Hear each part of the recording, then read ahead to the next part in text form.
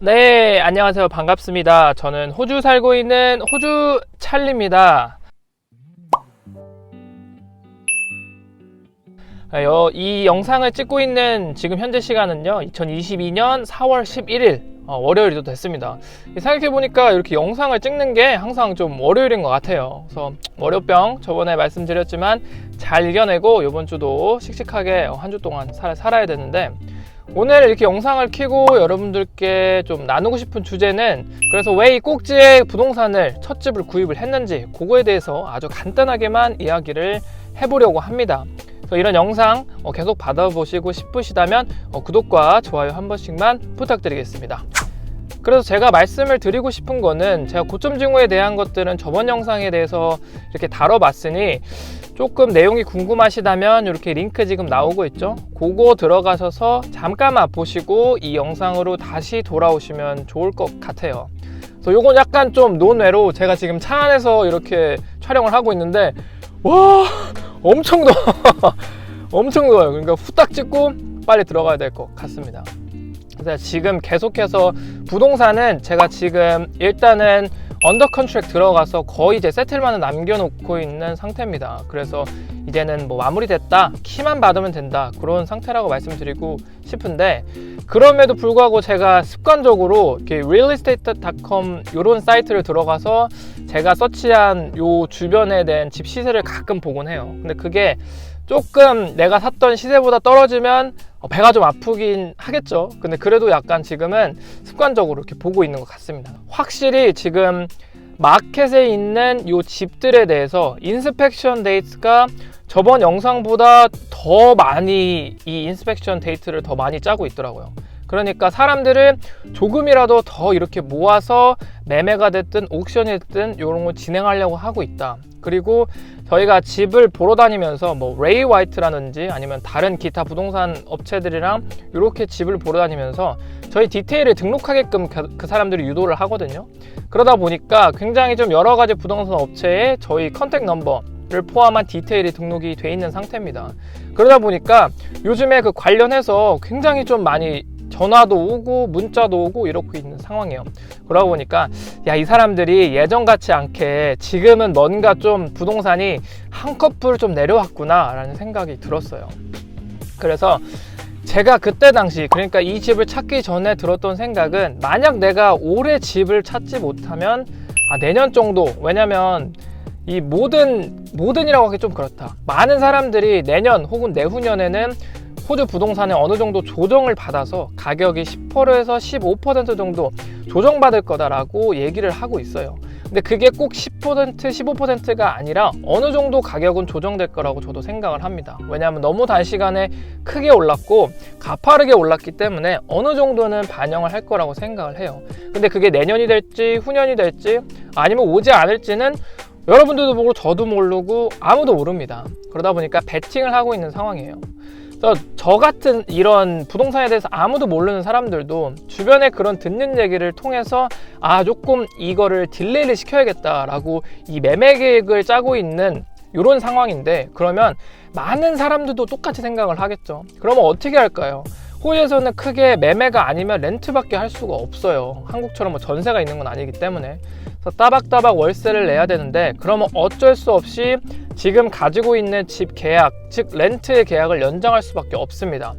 그런데 여기서 조금 하나만 살펴보면, 지금 집 매매가 굉장히 많이 이루어지고 있고 상당 부분의 사람들이 이걸 거주용이 아니라 인베스트먼트, 즉 투자용으로 집을 구매하고 있다는 이 상황인데요. 그러면 내가 어느 정도, 내가 완전 꼭지는 아니더라도 부동산의 상승기에서 내가 집을 샀다면, 여기서 기존의 렌트 계약, 그러니까 내가 세해 놓은 내 집의 렌트 계약이 끝나면 갱신을 해야 되잖아요. 그러면 제가 만약에 인베스트먼트용으로 A라는 아파트 혹은 유닛을 샀다면 저는 다음 계약 때 아주 높은 확률로 월세를 올릴 겁니다. 왜냐면 내가 일단 비싼 가격에 집을 샀기 때문에 당연히 내가 산 금액에 뽕을 뽑으려면 렌트를 올려서 그 가격을 뽑을 수밖에 없어요. 그래서 내가 듣든 뭐 모기지를 좀 더 갚든 아니면 내가 좀 현금을 두둑하게 해서 이 집을 샀다면 어느 정도 여유 자금으로 다시 그 캐치를 모아두든 어떤 경우든 저는 집을 올릴 수 있는 선택을 할 거라고 아주 좀 강력하게 생각을 합니다. 투자용으로 이 집을 구매하신 분들은 비슷하게 생각할 거라고 생각해요. 그러면 이렇게 집값은 어느 정도 지금 정체기를 맞는다고 하더라도 렌트 가격이 폭등할 우려가 있습니다. 그리고 지금 호주에서는 이미 이제 뭐 학생 비자나 해서 국경으로 들어오는 거를 허용한 상태예요. 그래서 계속해서 지금 사람들이 들어오고 있는데 사실 뭐 이렇게 사람들이 들어온다고 렌트 시장이 이렇게 가파르게 오를 것이냐, 이거는 크게 제가 생각했을 때는 영향이 없을 거라고 생각을 합니다.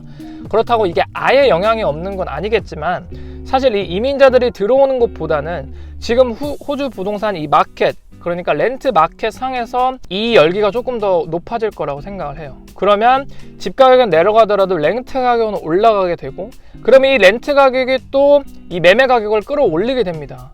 왜냐하면 내가 이 A라는 아파트에서 렌트를 400불 받다가 600불을 받는다고 하면 이 렌트의 집값이 올라가잖아요. 내가 돈을 그만큼 더 벌 수 있으니까.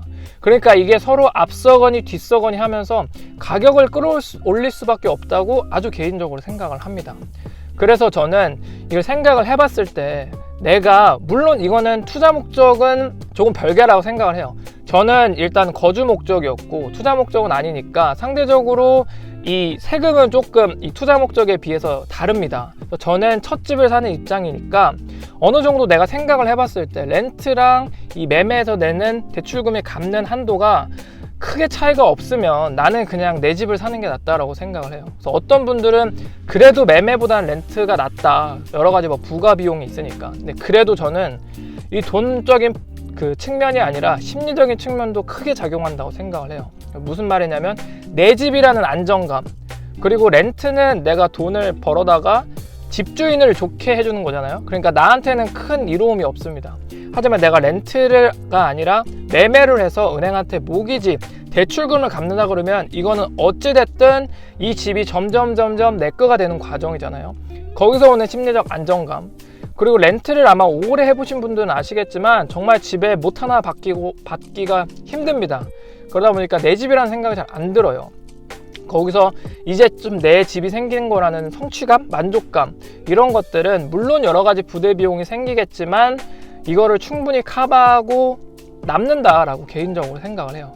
그렇기 때문에 저는 저번 시간에서 부동산 이 매매 시장이 고점의 징후가 보였지만 그래도 저는 지금 사는 집에 너무 만족하고 매매를 진행하고 있습니다.